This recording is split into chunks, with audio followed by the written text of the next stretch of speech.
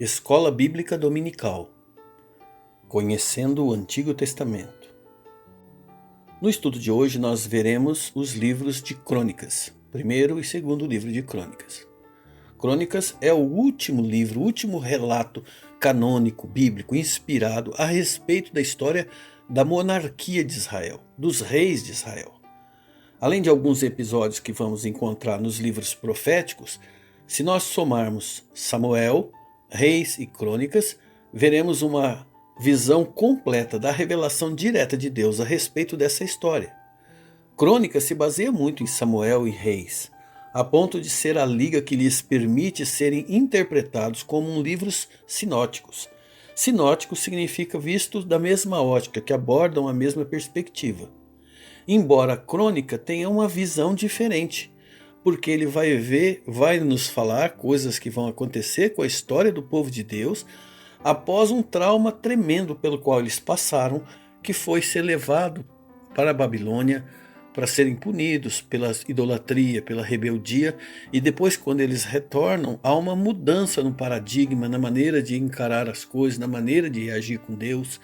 Então esse trauma faz uma mudança, uma forma diferente. Tudo muda após esse grande trauma. E Crônicas é a primeira mostra desta mudança. Uma visão panorâmica do livro. Foi escrito por um sacerdote, com a perspectiva sacerdotal.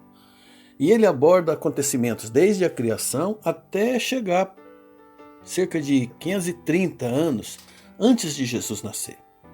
Versículo-chave do primeiro livro é o capítulo 17, versículo 27, que diz... Está falando sobre a casa de Davi. E agora foste servido abençoar a casa do teu servo, para que ela permaneça para sempre diante de ti, porque tu, Senhor, a abençoastes, então ela ficará abençoada para sempre. E o segundo livro de Crônicas, o versículo-chave é o versículo 14 do capítulo 7, que nos diz: E se o meu povo, que se chama pelo meu nome, se humilhar e orar, e buscar a minha face, e se converter dos seus maus caminhos, então eu ouvirei do céu e perdoarei os seus pecados e sararei a sua terra. A palavra-chave que demonstra o conteúdo principal do primeiro livro é recordação. E no segundo livro é avaliação. Vamos ver então um esboço rápido aqui.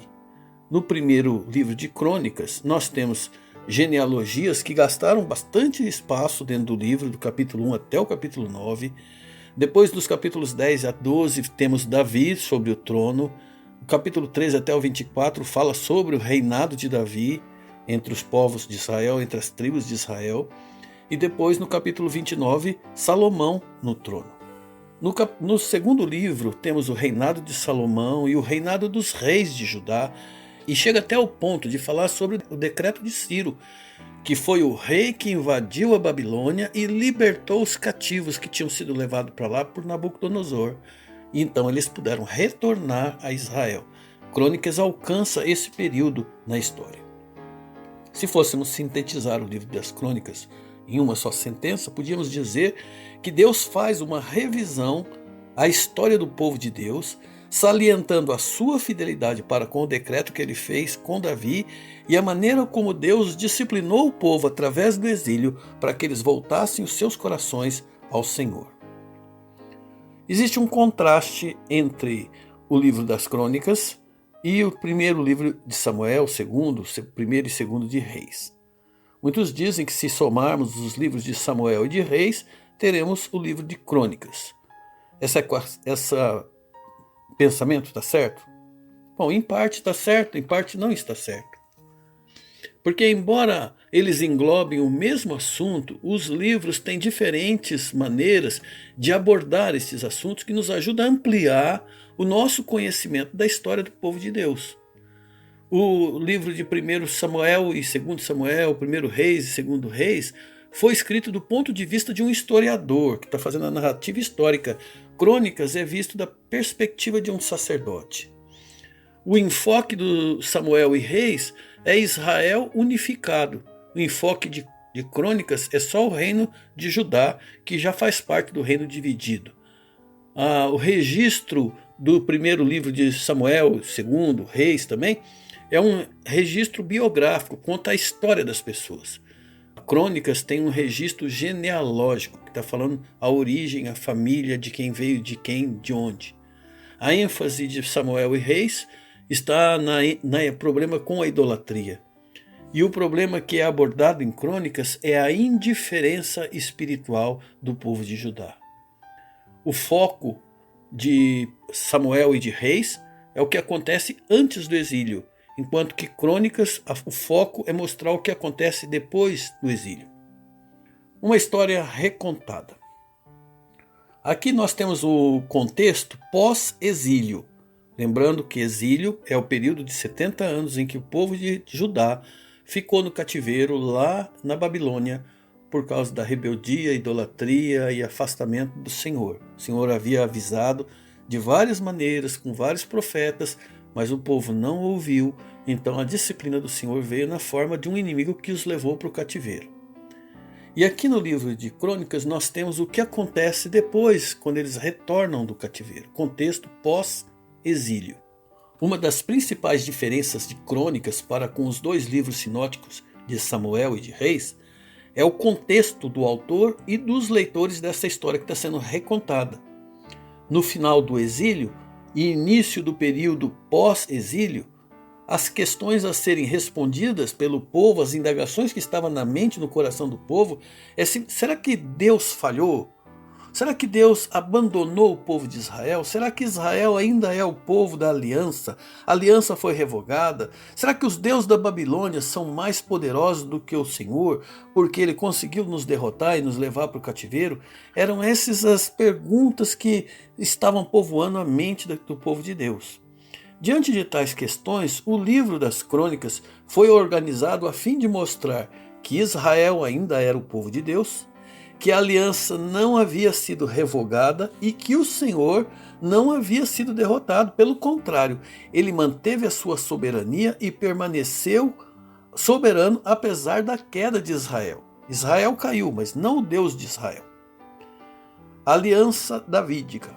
Tem a aliança que Deus fez com Davi. Um dos eixos para alcançar a resposta citada anteriormente, das perguntas que foram feitas anteriormente, é o destaque que foi conferido à aliança que Deus fez com Davi.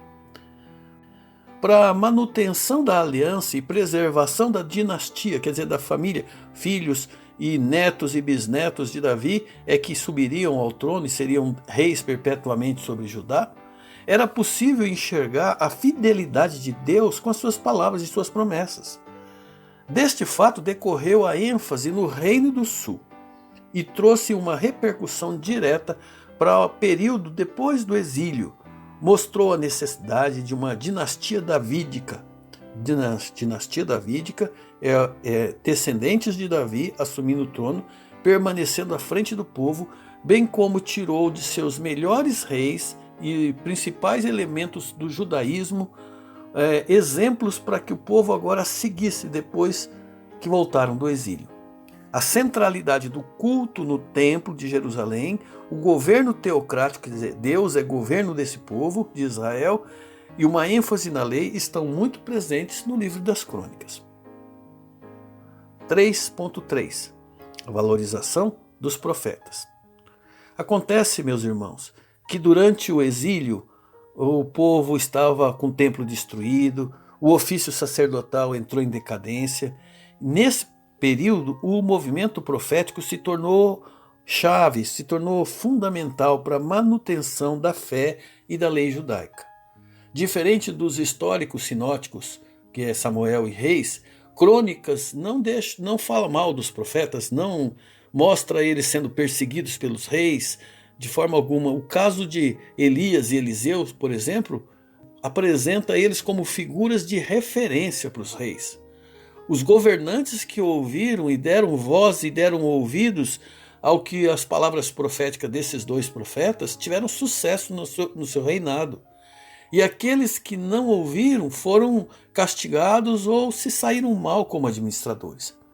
Alguns exemplos bons de reis que ouviram a voz desses profetas, o rei Asa, Josafá, Josias, todos eles saíram muito bem porque deram ouvidos à voz dos profetas, enquanto que rei Joás, Amazias, Acabe e outros não deram ouvidos à voz dos profetas e foram destruídos. Ponto 4. Curiosidades. Primeira delas, a respeito das genealogias. O livro de Crônicas, principalmente o primeiro, começa com genealogias e são as mais longas das Escrituras.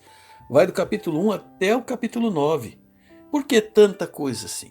Porque o objetivo era mostrar para a comunidade restaurada, aqueles que voltaram do cativeiro da Babilônia, quais eram seus laços de tribos, de quais famílias eles vieram, para que eles restaurassem a sua identidade nacional, a sua autenticidade como o povo escolhido de onde deveria vir o rei, para mostrar o sacerdócio levítico, a validação de Judá como tribo com direito a governo. Tudo isso para que eles pudessem ver que fazia parte da história e do plano e das promessas de Deus que a tribo de Judá e da tribo de Judá viesse o rei dos reis, o Senhor dos senhores. Outra curiosidade é os partidários de Davi. O escritor de Crônicas optou em não citar os momentos difíceis e feios da história do reinado de Davi, como a revolta do filho dele, o Absalão, como o adultério dele com Betseba.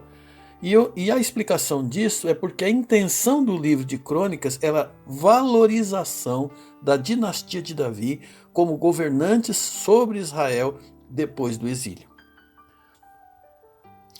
Crônicas foi grandemente baseado nos livros de Samuel e Reis. Esta foi a fonte do livro principal de pesquisa, sendo que é possível encontrar passagens que são exatamente iguais nos dois livros de Crônicas, que serve como evidência para valorizar os livros de Samuel e de Reis, de outras histórias de Israel, no período pós-exílico.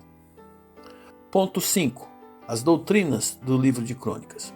Crônicas destaca o estabelecimento e desenvolvimento de um reino sacerdotal na terra por meio de Davi, que foi o escolhido e que culmina na esperança do filho dinástico de Davi. Filho dinástico é da dinastia, da descendência, que viria para ser rei dos reis e senhor dos senhores, ungido, o escolhido, o Messias, o nosso Salvador. Alguns dos principais conceitos acerca do reino de Deus já se encontram em Crônicas, apesar da sua limitação no tempo e está limitado apenas à comunidade de Israel, mas já está falando sobre o estabelecimento do reino de Deus na terra. Um outro ponto doutrinário que nós temos aqui é o reino de Deus. Deus está presente no seu reino.